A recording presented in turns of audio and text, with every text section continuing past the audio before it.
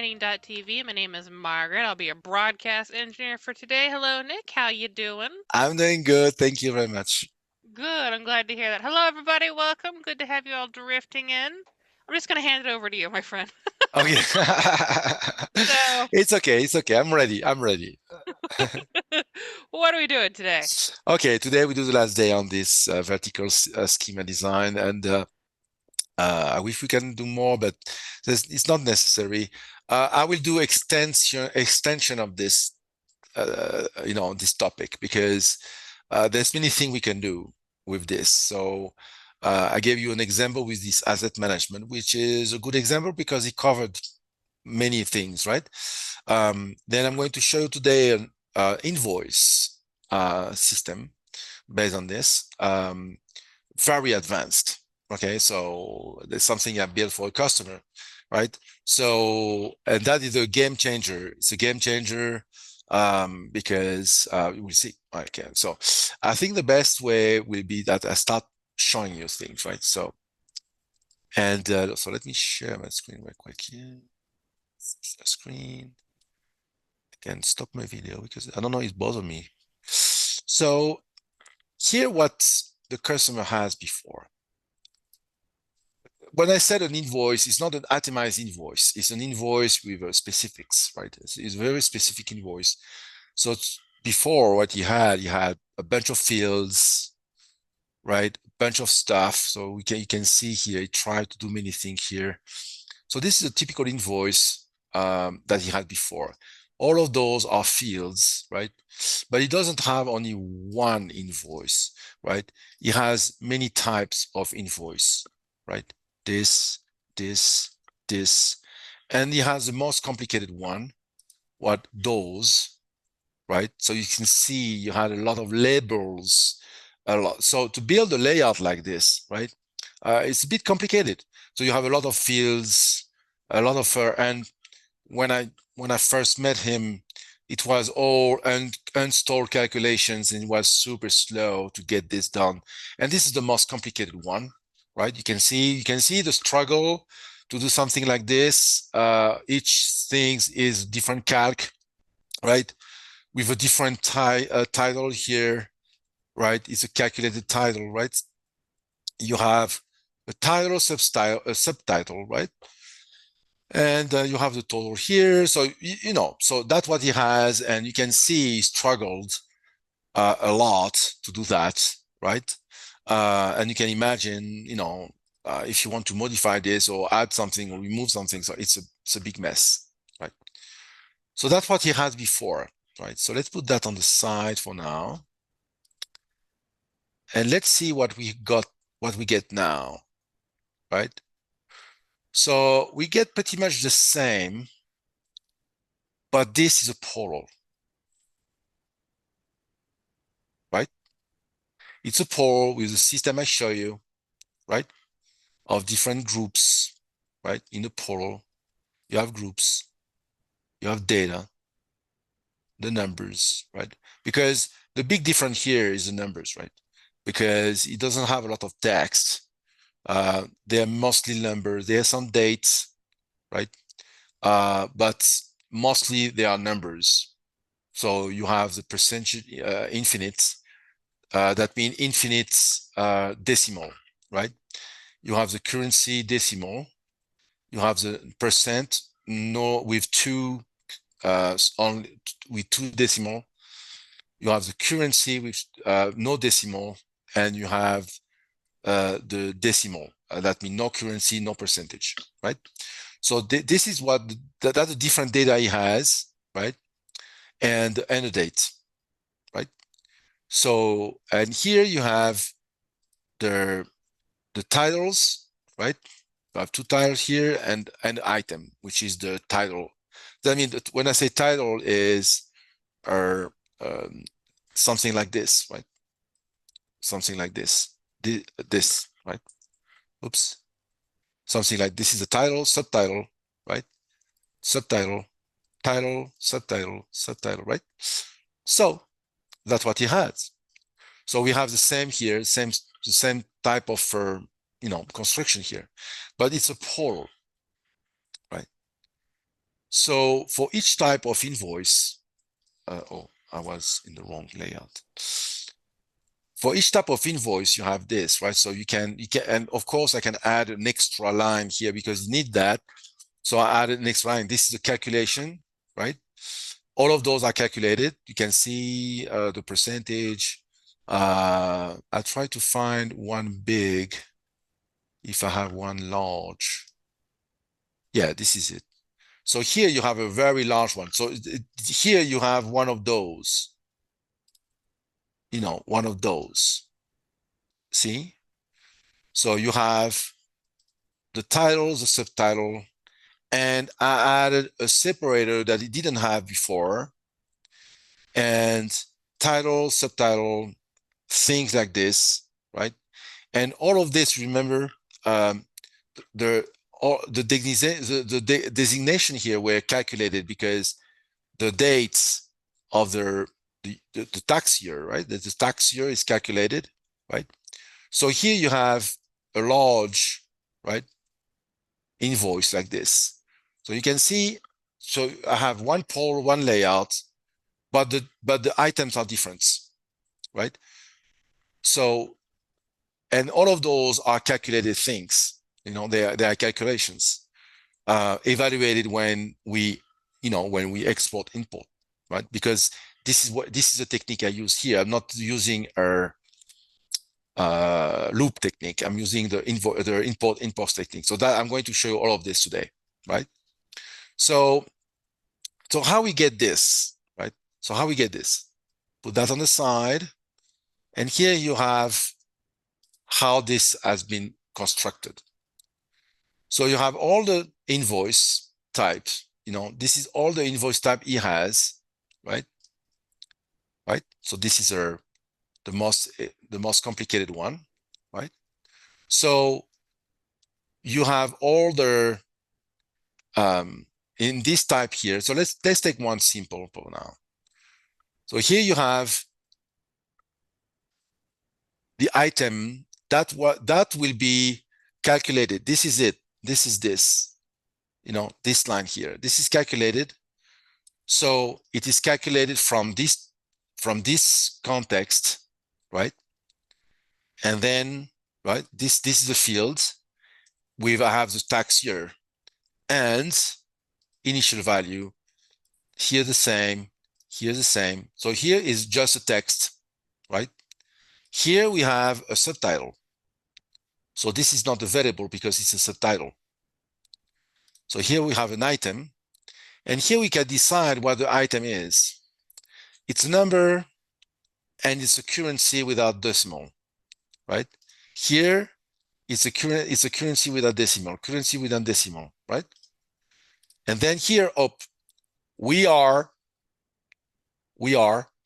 in a tax infinite. That means this is important when the tax percentage has sometimes 6, 7, even 8 decimal. It is important to show it because it's important, because we talk about millions of dollars. So yeah, even the tenth of a percentage can make a big difference, right? So that's why we need to show infinite, like I said, 0.infinite percentage. Here it's 0. Here I have a percentage with 0.0%. So I have one decimal here. This is a currency, right? With 2 decimal, currency without decimal, and that is a decimal, just a number without nothing. So we can decide what number is, right? What this number is, we can decide, right? So all of those are being implemented like this. So let's say I want to create a new invoice type, right? So I'm creating a new invoice type and I'm calling that testnik 1. Okay. And here I'm going to add different services, right? So I don't know, item 1, right? So you decide what item 1 is, right? And then you can decide, okay, or we can say this is the title. Oh, by the way, do you want me to show you this? Yes. The double click to edit the name. Yeah, I So, didn't even know FileMaker could do that. okay, so you click one and you select, but if you double click, you edit. That's cool, huh? So let me finish this and then I'll show you this. So it's very cool because it's natural. It's natural. Double click, boom, you edit this, right? Boom. And so here we can put the item. So the item can be, a text, okay? But always with quotes because, this is a calculation. You need to consider that you need to consider yourself in the calculation. Here you have the data logic. So where, how we get the results, right? How we get the result. And here you have the extra logic, which is the thing that comes on the side. I don't know if I have one here. Sometimes it comes, this type of things, right? So that's what I'm calling that extra logic, right? So, and then you can add, right? So you have a title. This is so let's put that the title, right? And then, so see here, I'm showing that as a title and subtitle, right? So this will be a subtitle. So it looks different. So if I add another, see, this is bold, this is not, right? And I have this dashed border here to show you that, okay, this is special. This is, right? This is not, right? So you can add as many items you want, right? Right? So here I build a system, right? Where you can add line one. So you can add, so if I have line one like this, oh, yeah, FileMaker can do a lot of things, and like 3, like 4. So I want to give the most, a freedom to the guy, So let's say you want to put a new line between those two, right? So when you add a service here with this line selected, so I'm putting the line here, right? So this becomes line 1.1, correct? So if let's say I'm going to the line 3 and I'm adding a new service from here, boom. It add a line in this between the 3 and the 4, right? Because you add, it's like insert, right? So that's cool. But when you want to build something like this, when you want to build a matrix like this, it can be cool because sometimes, oh, I forgot something, you know. So you know, so you know you have more freedom to do that, right? Of course, if you are at the end, I'm adding at the end, right? So line 5, right? So now, so this is how we build. So we can decide this is an item, this is a number, decimal, this is a number, the currency, this is a number, percentage, you decide whatever it is. We can say, oh, this is a date, you can see this and this, right? Number, date, for example, right? So you can decide all the behavior, right? And I built here something cool because it's visual. You can see visually, you can see very well what it is, right? With this system of buttons like this. And then you can decide here, I want to add a service, invoice service, but this is a separator, right? So you don't have to put a name here. I'm doing this. This is a separator, right? It shows as a separator, and I tell you what it is here, right? So of course you can remove something. Say, okay, I want to delete lamp 2. right? And you can come here and say you have a new line too, right? Right. So it's extremely flexible. So you can build an invoice without even opening a script or opening a layout, opening the managed database. You just, you just do it, right? So do we have any questions so far about this? Yeah. Well, not about this. We do have a question about some stuff yesterday. Okay, yeah, let's go. What if a customer is chosen by the user and has generated an invoice which has, as a hypothetical, tax and deliveries on invoice, but then the user selects another customer as they made a mistake for that particular invoice, but the new customer would not pay tax and deliveries? How do you remove multiple and specific lines off the invoice automatically based on customer? Well, the best, okay, if I understood is that after a mistake, right? Mm-hmm. Yes. So you choose another matrix without tax for that customer and you regenerate the invoice. That's the best way. Otherwise, remember, this is a portal. This is a portal. Well, so imagine that you want to, you know, that's it, you know, it's a portal. You want to remove a record, you want to remove a line, you remove a record, right? So you just delete it, you know, that's it. With an icon, and that's it. Yeah. So now you can remove that item. Oops.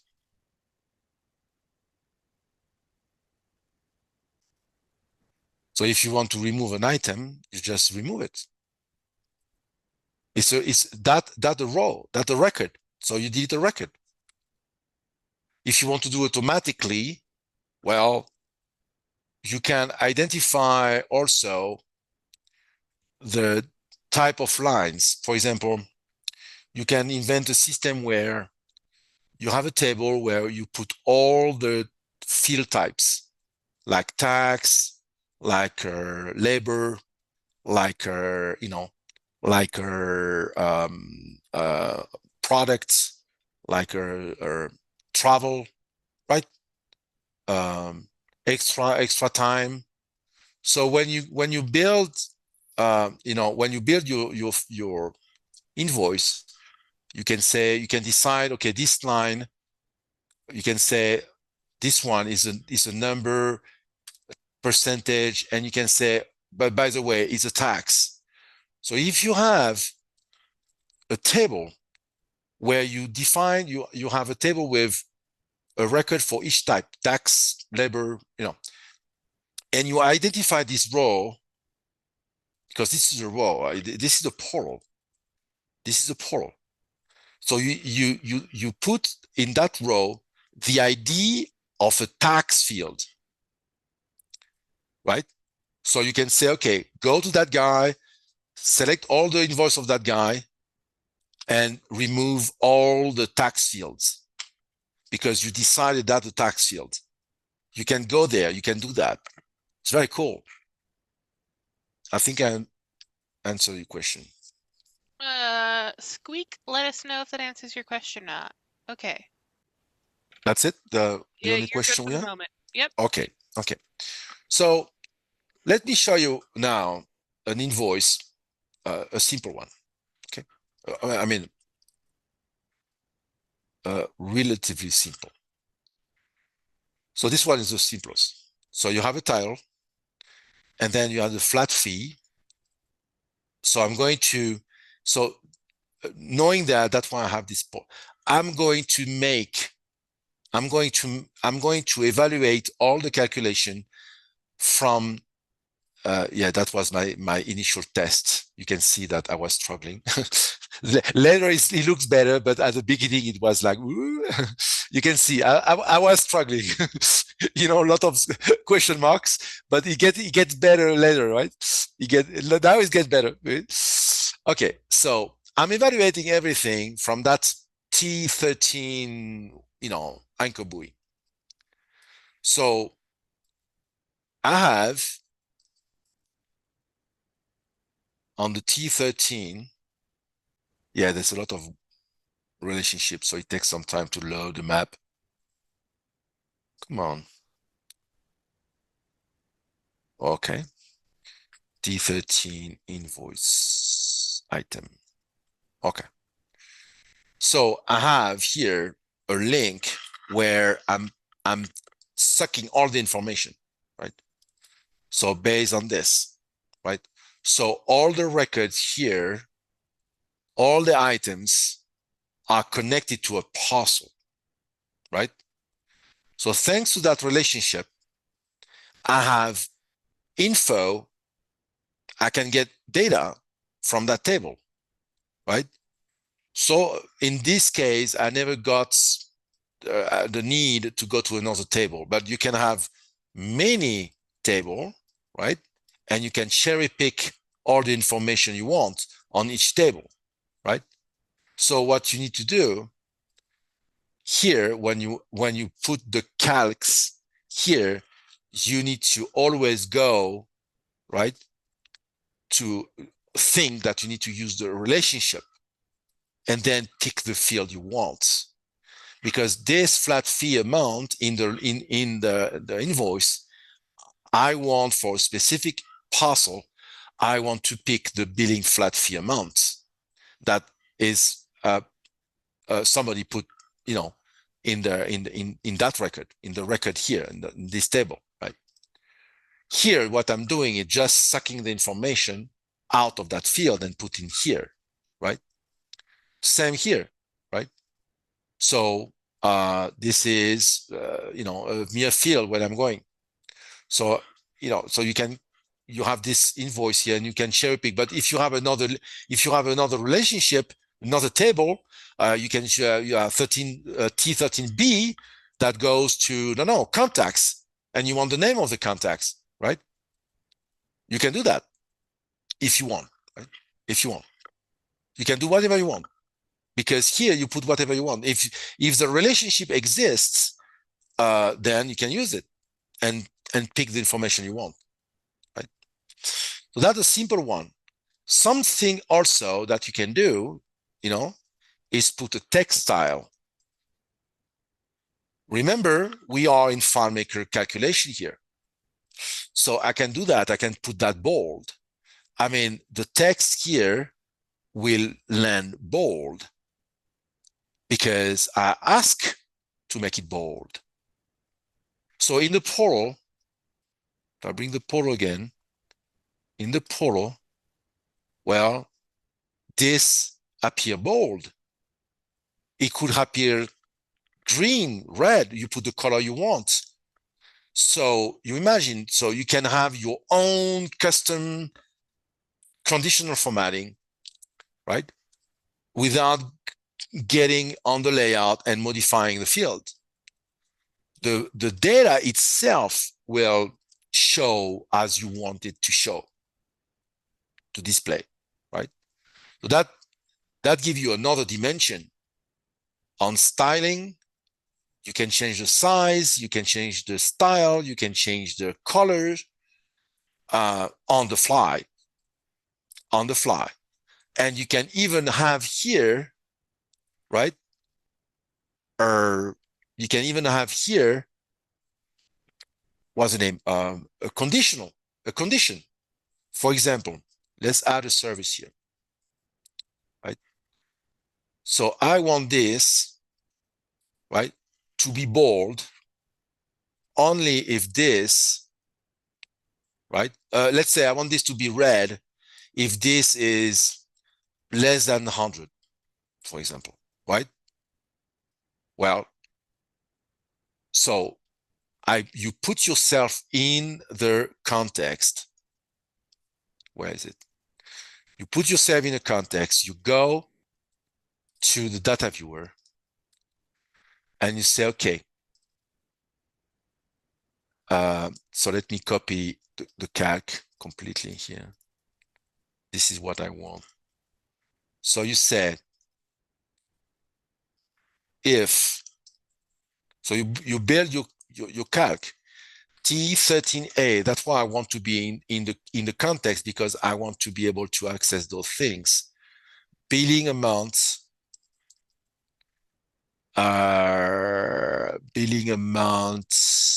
invoiced, inferior or equal 100, then you want that bold, right? But also, so you want that bold, but also full red, right? So you copy this calc, okay? You copy this, so if the text color, blah, blah, blah, okay? So I don't know, oh yeah, because I'm no longer in the, so I copy this calc, right? And I put it here. So now I have my own conditional without going to the layout and have a specific field for that, right? So that is, it's extremely powerful because you have full freedom on everything. Every line is customizable, but per type of invoice. And you can even do that per type of customer, for example, So if you say, okay, or if the customer of this guy, if this customer is, type A, right? But well, you put green, or you can do whatever you want, invent what you want to invent. You have here the power of a full FileMaker calculation, but related to a specific item. So can you imagine building field for all of this? Well, this is what the guy did. So at one point, right, all those fields will go away. I show you when he wants. All those fields. So look the number of fields he has. 1,200 fields, right? And we remove a bunch. All of those, all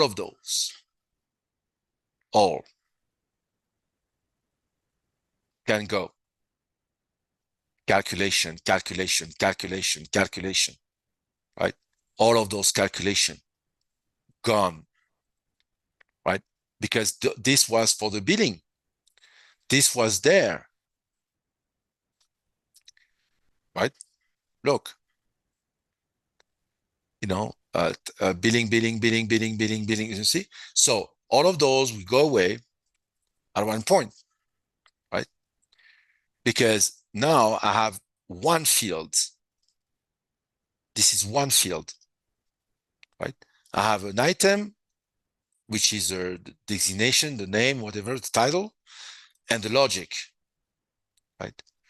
So next we can go and, and take something more, to have something more like this. Let me put like this, right? So you can have a let statement and do what I said. So you have a calc here. So this is a calc, a real calc. So I'm pulling data from, right? I'm pulling data from the table, and then I'm doing my own calc, right? Same here. I have a case here, if. By the way, this is a mistake. Should be a case. Case. Because I have this. Oh, no, it's a, no. Oh, no, it's a if. Sorry. It's a if. If this is the condition, if this, then this, otherwise this. Okay, so here I have a let and a case. Here I have another let and a case a little bit more complicated, right? So that's okay. It's easy to build stuff like this because you go to the context, you get yourself like a test item, right? That points to a test parcel, and then you test your assumption, right? And then you copy paste the calc and you put here, right? So where is the here? So here we have the most complicated one, right? And sometime I'm saying go to the line before, go to the nth record, right? So the tax rate is this, right? So I said, okay, go to the tax rate here and use it here. So you can do that. You know, I showed you that yesterday, the nth record. You go to the record before because you already have the estimated tax saving after the tax rate. So I'm saying this, you know, sometime I can just say, I don't know where, but I can say, okay, go free up, right? Because sometime it could be more complicated than this. So you don't want to have to repeat the calc here for the tax rate. You just want to pick it here, right? So the nth record is very, very powerful, right? Questions? Nope, I don't have any at the moment, so you're good. Okay, okay, cool. Because, well, this is straightforward, let's say, right? So I put my calc, all my stuff, I define what it is, right? And then I have the script. So this is where it gets interesting. Where's the scripts? Okay. So of course I'm generating the ID. So something I'm doing often, I'm generating the ID upfront, right? So because I'm going to use this ID in many places. So I'm generating the ID upfront. You know, see, for example, here, I'm setting this here. So I have it upfront. I don't wait to know this. I create the invoice ID, I send it here, and then I'm using this ID as a new ID for the new record. Instead of getting the ID when you generate here, and then you have to send back here, it's complicated. You understand? This is easier. Generate your invoice ID, send it here, and use it whenever you want it. Right? So I'm collecting my information here, and then I'm generating the invoice. So invoice, very simple. I'm going to the invoice, create a new record. I'm setting the invoice ID like this, right? The current, the new invoice ID. Where is the new invoice ID? Set current invoice ID, set variable.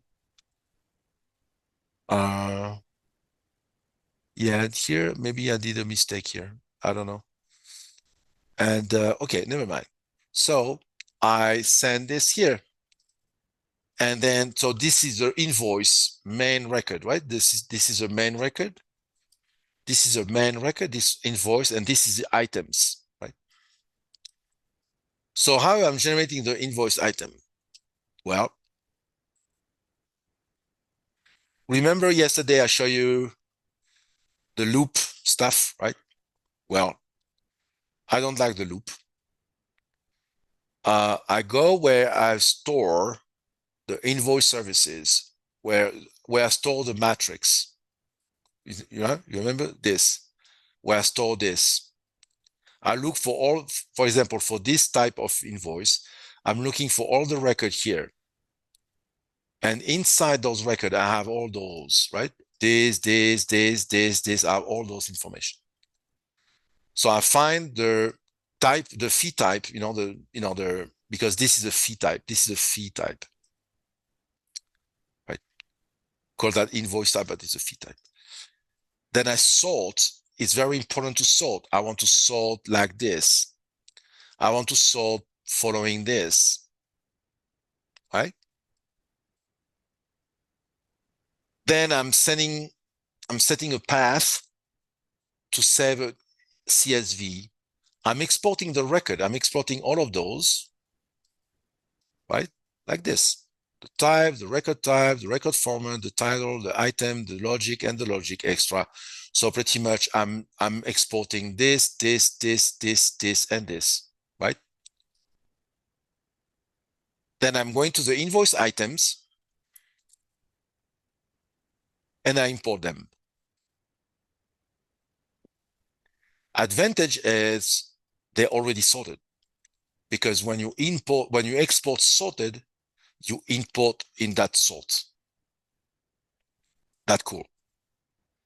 So you will never have to sort the plural sort, they will be naturally sorted.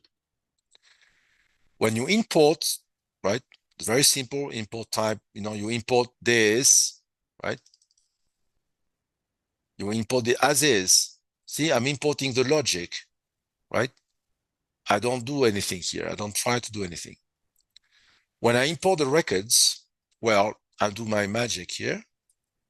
The item, so I have some thing here, so I need to replace with a if. So I'm importing the item. That means I evaluate this, right? I evaluate the item. So I look what happened here. I import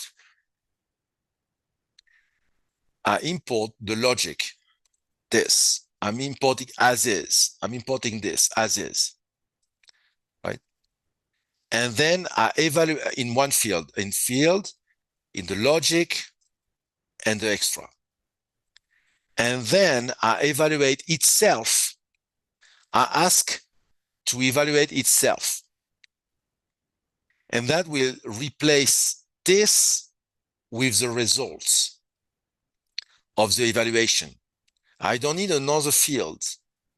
I just say replace this by its evaluating itself. That's enough. That's enough, right? And the same for the extra logic. I evaluate itself when you import. So this is very simple because you don't have a loop, you don't have a counter, you don't have, you don't care. You export the record, you import the record, and that's it, right? This happened on server, so I cannot import directly from a table. On server, you cannot import from one table to another table like this can do. I can go there and say I want to import from one table to another. I can do that, but on server you can't. You need to export as a CSV and then import the CSV in another table, which is okay. In my opinion, is better than doing the import from another table. And then you do this. Very simple. So you see, there's nothing extraordinarily complicated here. In my opinion, very simple, right? So you have a script generate invoice and you perform script on server. You go to the invoice, you create a record, and then perform a script to generate this. It's very simple. So I know you guys are interested on how I'm doing this. The double click. Okay.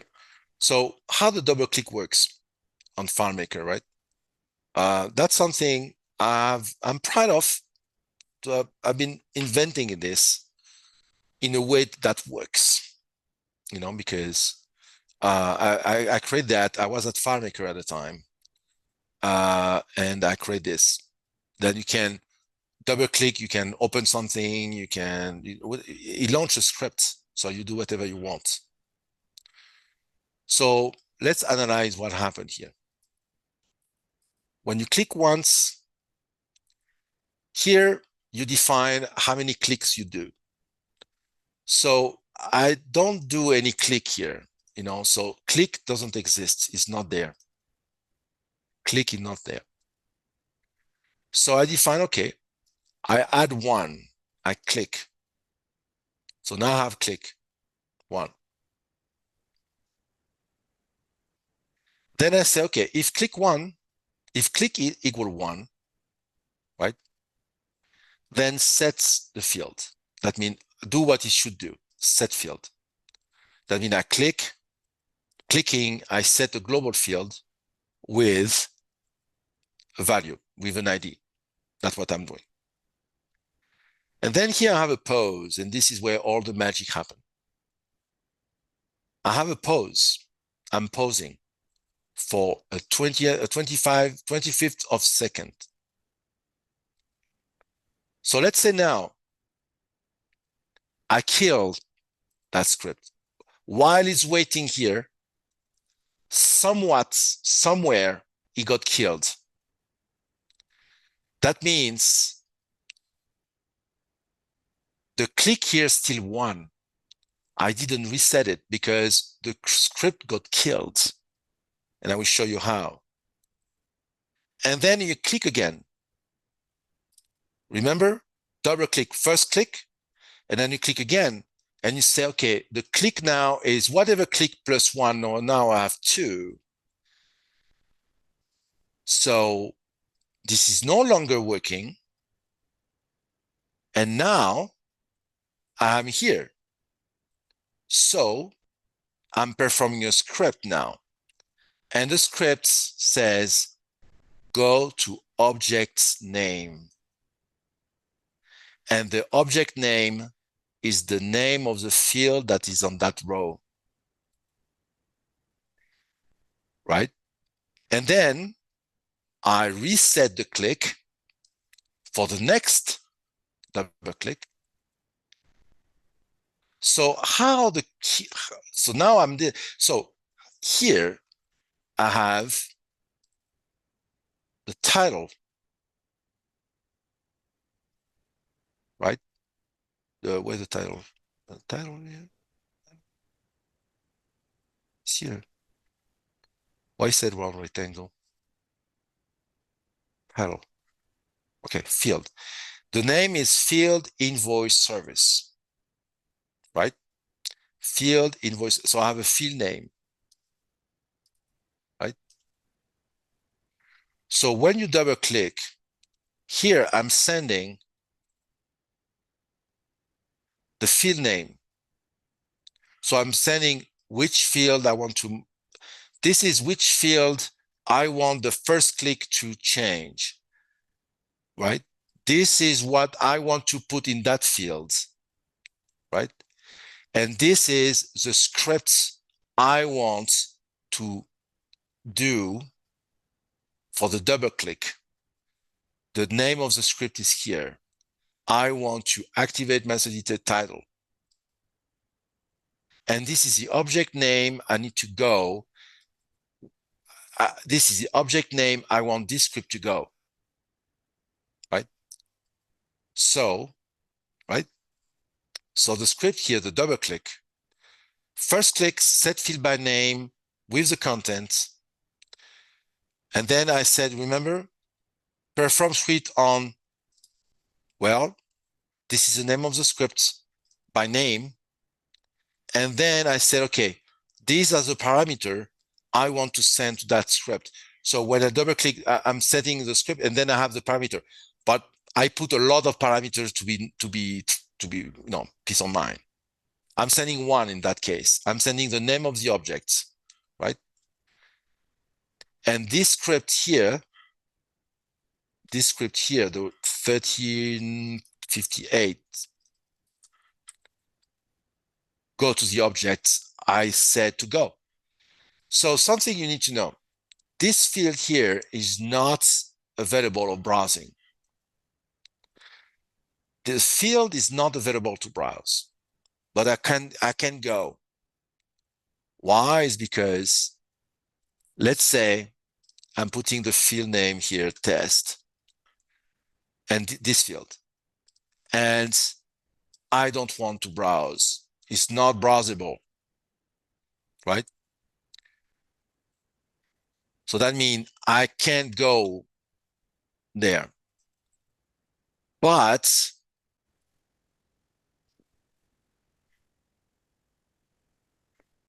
the script can. If you say go to object from the script, it goes into the fields, even though you cannot go there, right? So when I'm here, I double click and the script says go to the object name. But FileMaker is smart enough to know to go to the active row. When you say go to objects, right? Because I have many times the same object here because it's a portal. It knows you want to go to the object. You go to the object of the active portal row, right? So now how the double click happen?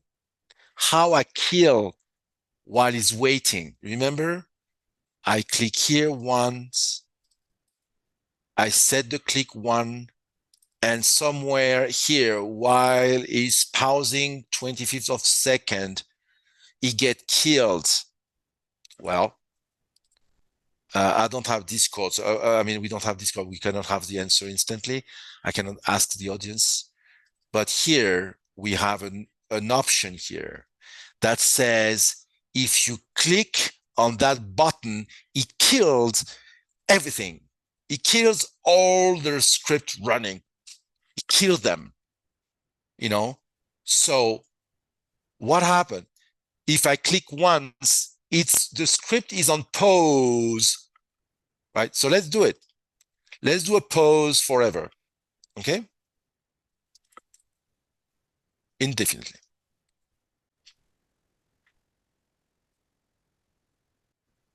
Okay. I click once, everything happened, cool. Oh, yeah, I need to reset okay. Okay. I click once, and then I have a pause I have the pause. It's paused. It's paused, right? And I do another click. But I have the option on the button to kill everything that is running. Everything paused, it got killed. Killed. Sayonara, bye-bye. You know, goodbye, Broadway. So now I have another time to say, so the click killed the previous one, paused, and then I've started again the same. And then, yes, but now the click is not two because you killed here the script and the reset happened here. So the reset didn't happen. So now I click on it again. He said two. Okay, so now you want to go to that object. It's really, really simple. And that's why it works.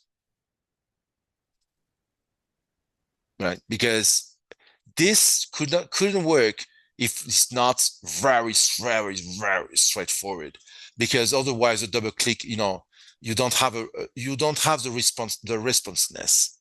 You know, click, click. You know, click, click. If you want something slower, right?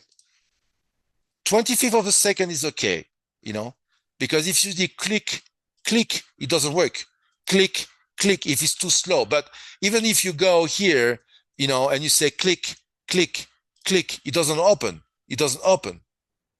It doesn't. So that's why you have on the system, you have the double click speed on the mouse, right? I don't even know where they put this. Secondary click. I don't know. They removed it? Apparently. That is the fast tracking. But anyway, so I think they have Apple has a smart, because if you click fast enough, it opens, right? Fast enough, it opens. If you say click, click, click, click, it doesn't open. If you say click, click, it open, right? So it does the same thing here. I analyze after years of experience that 25th of second is cool. Okay. So 25th, because otherwise you can have an accident double click if it's too slow. You know, you can click and click, boom. You don't want that. You want to be able to do this, right? And sometimes, when you do fast enough like this, you understand as a double, but you never do that. Click, click, click, click, click, click, right? So, but if you do this normally, well, there's no accidents, right? But here you can double click, and the way I did, you can activate and click. Oh, I click outside. Activate and click. Activate and click. You can do that. Why? Because I organized, and that was a pain. I confess that this is a way to organize a double click, right? So this is the way. Don't try something else. You put the pause here in the click one. Don't put the pause outside. Within the click one. Then you have this and this on the same action of double clicking from one to another, right? I'm here, and I want to double click on this. See, I'm here, and I want to double click on this. Oh no, because it was activated. So let's say you're here, you want to double click on this. Boom. If you don't do the double click, it active and doesn't, and you need to select and double click, right? So don't try to do another way. Okay. So I cannot give you this, but I can give you a screenshot of the script, or I can give you because this script, it's a universal script.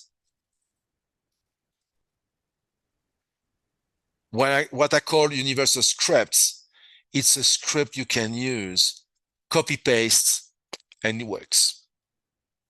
So I can give you a file with that script for C.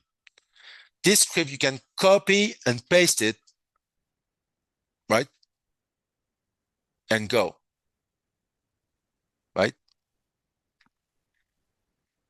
So because it's a set field by name, so you need to send the parameter here. And so that's the parameter you need to, that's the parameter you need to send over there. Okay. So I don't need that.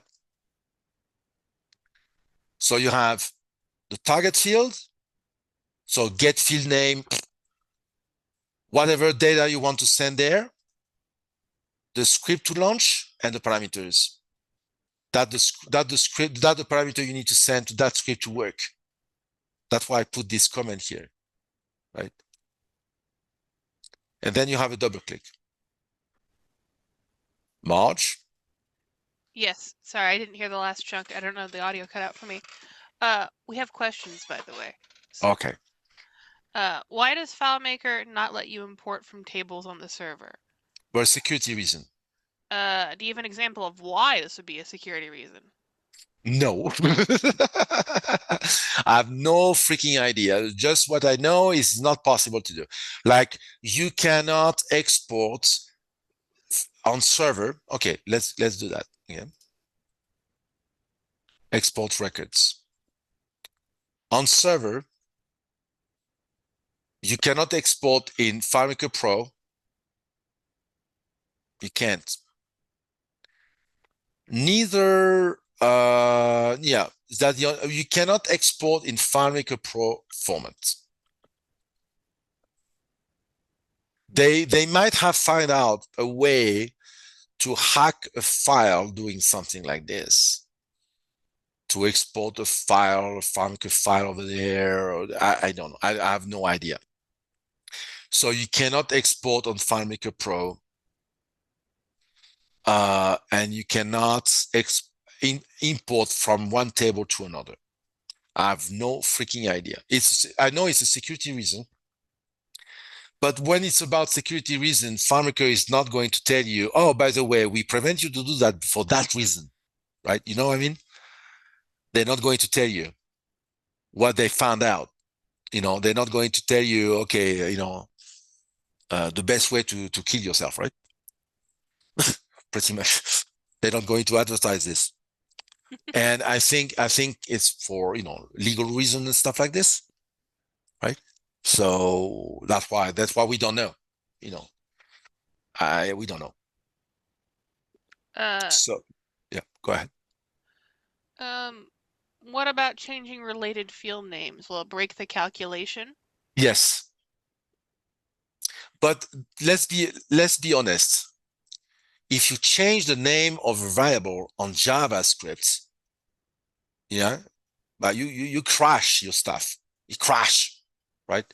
So it's not all those techniques I'm using are imported from other platform, other languages, right?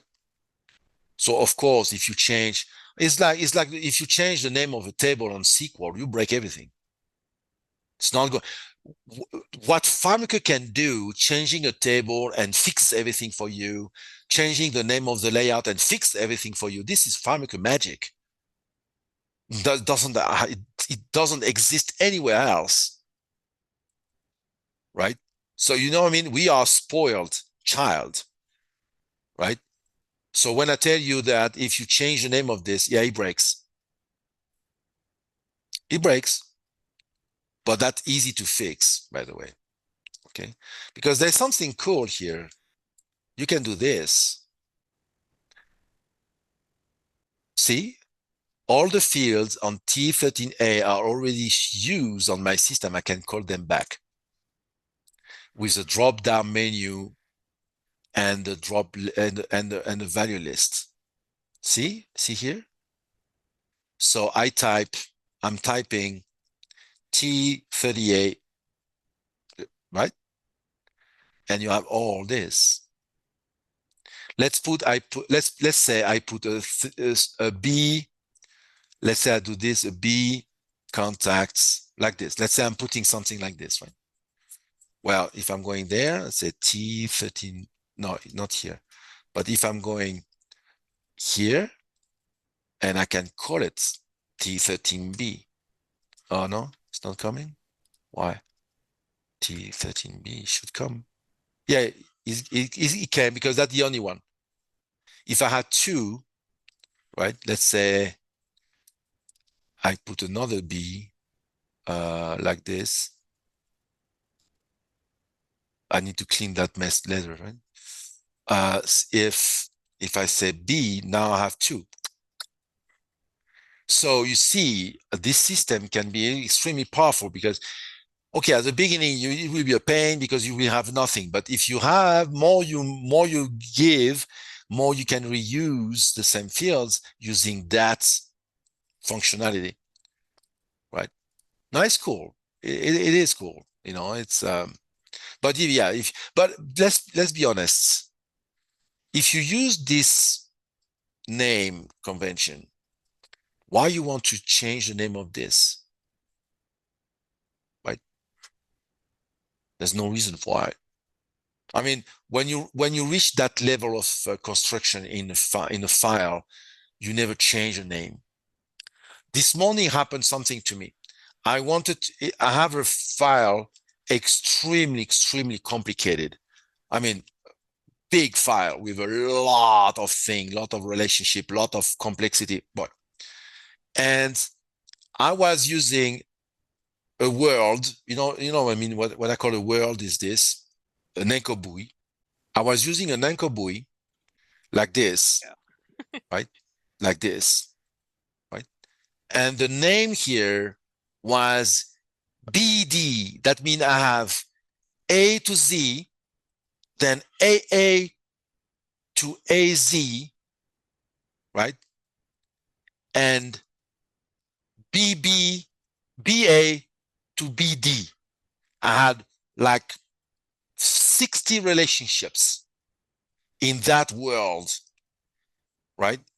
And I realized that I needed to change a relationship on the T, let's say on the E, for example. That means on the early stage of developments. Because I was on BC. Imagine a E, how old it is when you reach BC on your relationships. So what do you think I did? Modifying something that I built like 2 years ago? No. I created a new one and I used the new one. I didn't want to change the one, you know, I didn't want to change. I'm not changing something that antique on development because you don't know the mess you can do, you know. And trust me, I did it. And when I did that, I remember when it took me 2 months to figure out because I couldn't realize that was the culprit of everything broken. Question marks everywhere, are, wrong results, relationship not working, ID not working, lookup not working, auto entry not working, on all over the place, just because this freaking old antique relationship, I changed it. Right? Don't do that. Don't rename. If you want another one, build another one. Build another one. Keep that one for this, and build another one on the side. Because, and I remember when I worked for a company that built a big software like FileMaker, right? And I remember when they want to rename something in the code, right? They want to rename them something. They could have something 4 or 5 meetings with 10 people to decide yes or no, we're going to rename this. And they do investigation, like 2 weeks of investigation to know what will be the impact if we change the name of this. You think that we are the only one? No, we spoiled. We spoiled to be able to change the name here and then, oh, okay, everything works. We spoiled, because it never happened on another platform. On another platform, you have meetings to ask people, can we change the name of this, right? No, really, I'm not kidding. It's happened. You don't rename, you don't remove, you never remove something. Let's say you say, okay, I'm pretty certain that, you know, I'm showing you the good discipline. Okay, when you have a first name, last name, address, phone number file, you don't care, right? If you're alone and if, you don't care. But if you have a big file, you say, okay, I'm pretty sure that I don't use it. Fine. You don't use it, right? Retired. It's retired. So, but it's there. Don't delete it. Retired. That's all. You understand? Because it's retired, but you don't delete it. You never delete anything that you're not sure 2 billion% that if you remove it, you're not going to delete, you're not going to kill yourself as a result of this. I did it. I tell you, you know, I remove a relationship one day. I had 2 weeks of work that I couldn't bill to the customer, by the way. Yeah, because it's not his fault if I was, foolish and careless. So you can't rename, you can't remove. And if you modify something that is there forever, right? Don't change it. Create a new one and use a new one. Don't change something that you're not sure, right? Don't. There is a comment from David Angel. Actually, you can read if you look at your chat, Nick. Okay. in Zoom. David Angel. DA. Yeah, That's the pause, D. step, Okay. test, the halt. Yep. If you don't click before this timer and the script will continue and reset the click to 0. If you click before the timer will run again and script will yeah. So you got it. You got it, David. Yeah. If you don't click another time while the script is paused, it's not going to get killed. So he continue. He passed the 25 tenths of second, and he go through the end and reset the click, reset the variable click. If he get killed while paused, then the reset of the click never happened. So the global variable click stayed 1. And then the double click, the second click will activate, will go to the if condition of the click 2, and then there's no kill there, right? And continue because it's not paused. So there's no way you can go as fast as the script to go a third click and kill it again. You know what I mean? It's not possible. The script will end before you do the third click. Of course, if you don't put a nightmare after that, like, go to 10 million record and sort them, of course, of course. Otherwise, as you click like this, you kill it because the script didn't finish. But if you stay like I do, like open window, go to objects, go to layout, right? Well, it's okay. You cannot go, the second click cannot be go to that table, 10 million records, sort them, export them, import them, and then, no. The double click cannot be there. The double click cannot be this. You understand?